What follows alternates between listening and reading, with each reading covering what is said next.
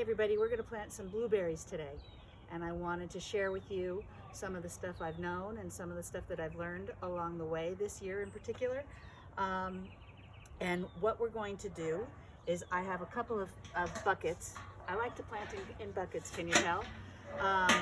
Blueberries like to be in a container. They prefer to be in a container where it's a little bit more controlled, where they're just in the environment that they like. They also like to be in a soil that's a little bit different than the garden soil, the regular garden soil. They like to be in soil that has a little bit more acid to it.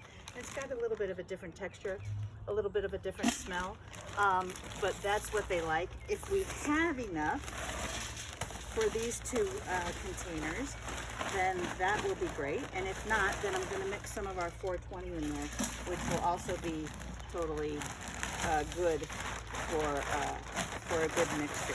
So what I'm going to do now that we have the buckets filled, I got two different blueberry bushes. They like to be planted near each other in at least pairs, so they can pollinate, cross-pollinate, and help each other out. That's why we do two. I got one that is an early season bearer and one that's a mid-season bearer, so that I can extend the season as long as possible.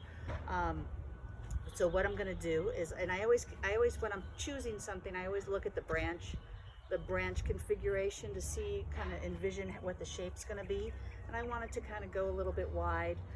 So I got something that has a few different branches jutting out like that.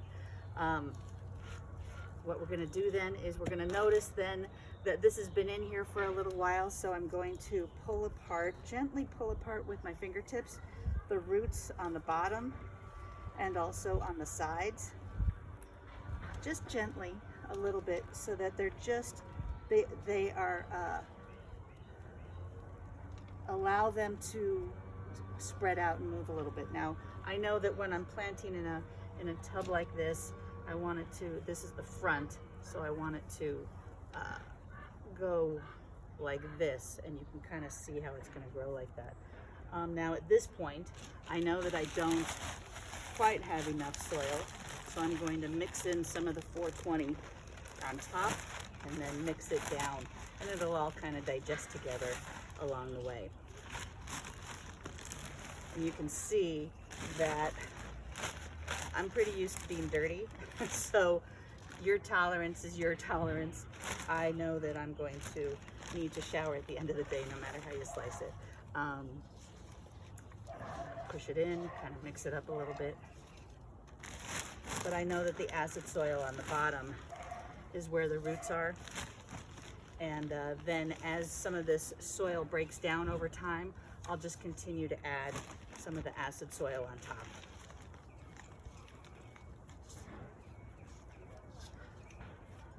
This is my dog. So now you've met my cat and my dog. Same thing, this one's not as root bound, but I am going to break up the roots just gently. I'm going to point it toward the front, which is toward you. Now, before we started, I did drill some drainage holes in the bottom. I used to like to put gravel on the bottom of my buckets as a drainage source.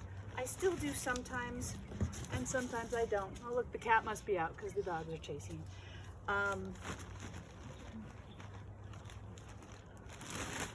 So as I prepare this, I make decisions, and my decision today was not to use any drainage gravel at the bottom or anything like that. Now what I'm going to do is I have a couple of berry vines, black berry vines, that are also in tubs. I'm going to put one of each of these next to one of each of those berry vines, so that I've got a couple of berry stations. They're close enough in proximity that when the bees come to pollinate, that they will be able to kind of mix it all up between everything. And that is the berry planting lesson. I'm going to tie these into my drip line, my drip system, which we'll get into way down the road. And in the meantime, if you don't have a drip system, obviously hand water. And that's what we're doing today. Thank you.